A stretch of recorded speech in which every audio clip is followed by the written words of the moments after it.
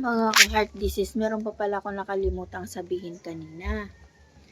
Kasi nung nakaraan, kachat ko yung doktor ko sa heart center. Nag-a-update siya sa akin kung nakaipon na ba ako ng GL, guarantee liter, para sa operation ko sa heart. Ang gagawin kasi sa heart ko, mitral valve. Papalitan yung mitral valve. So, dito, hihiwain hanggang dini at yung puso, bubuksan pa yun, tapos yun, doon papalitan yung mitral valve. Yun kasi yung problema sa akin eh. Ang kailangan palitan para maging normal na yung heartbeat ko. Kasi hindi na makadaan yung dugo, hindi na makapag-pump ng maigi. So, nagkasabi ng doktor ko, kumusta ka na? Nakaipon ka na ba ng ng GL mo? Kasi ang GL ko ay naaabutin ng 800,000. 600 plus to 800,000. Pero sabi niya, pwede pa naman yun. Babawasin pa yun yung sa PhilHealth. O, diba? Babawasin pa yun. Eh, ang hirap mag-iipon ng GL kasi ang layo ko eh. Probinsya ako eh. Tapos yung mga nahihingian ng GL sa Maynila.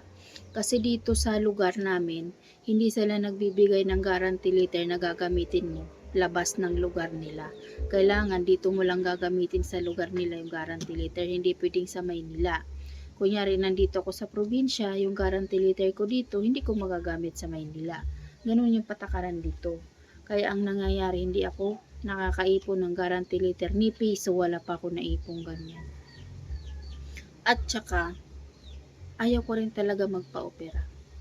Kasi feeling ko pag nagpa-opera ako, doon na talaga yung marami na akong pag-iingatan. Mas magiging komplikado na yung galaw ko, yung kilos ko. Kasi yung ganitong wala akong opera, kahit ano nagagawa ko eh. Nagagawa kong yung mga gusto kong gawin. Isamantalang siguro pag naoperahan ako, maraming bawal kainin, maraming bawal hindi gawin. Isamantalang kung hindi ako mauoperahan, ito, nakakapagbuhat ako, nakakapaggalaw ako ng galaw ng gusto ko, nakakapag-drive ako ng tricycle ng malayo kasi mayroon kaming tricycle pampasada pero hindi ako namamasada. Service ko lang yun. Yun, nagagawa ko siya lahat. Kaya, sinasabi ko na lang sa doktor ko na hindi pa po ako nakakaipon pero ang totoo niyan, parang hindi na ako interesado magpa-opera. Parang, dati kasi nung una, na-shock ako sa sakit ko eh. Yung parang natataranta ako, nai-stress ako, naiiyak ako kasi pakiramdam ko wala na akong silbi dahil hindi ako makapagtrabaho, ganon. Inutil, ganon. Pero na-realize ko nung kalaunan, hindi din.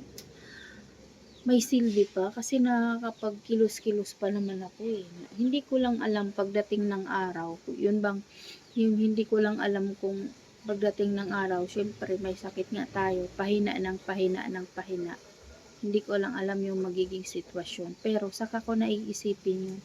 Siguro saka na ako magpupursige talaga magpa-opera pag talagang hindi ko na kaya. Yung bang bawat galaw ko, hinahapo na ako. Ganun. Sa ngayon kasi, hindi pa naman. Kaya ko pa naman. So yun, hindi ko alam kung luluwas ako ng Maynila kung doon ako magpapatudeeko o dito na sa amin. Kasi sa totoo lang, mas maganda yung tudeeko sa heart center. Oo, the best talaga. Dito kasi, hindi mo sure. So, pinag-iisipan ko pa kung didiretso ako sa doktor ko dito o didiretso ako ng heart center sa January. Ayun guys, yung update ko sa mitral valve ko at saka sa heart disease ko today. Pasensya na kayo kung hindi ako nakakapag-update dahil ini-enjoy ko lang yung sarili ko. Gala ako ng gala, kung ano-anong ginagawa ko. Nakikita nyo naman sa video ko, diba? Nagbibingo ako.